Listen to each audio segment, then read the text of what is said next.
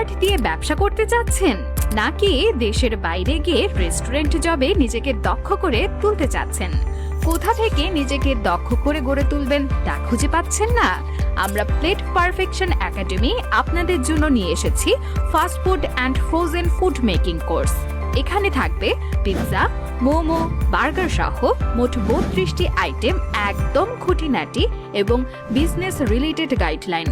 এছাড়া থাকছে না শেখা পর্যন্ত ক্লাস করার সুবিধা।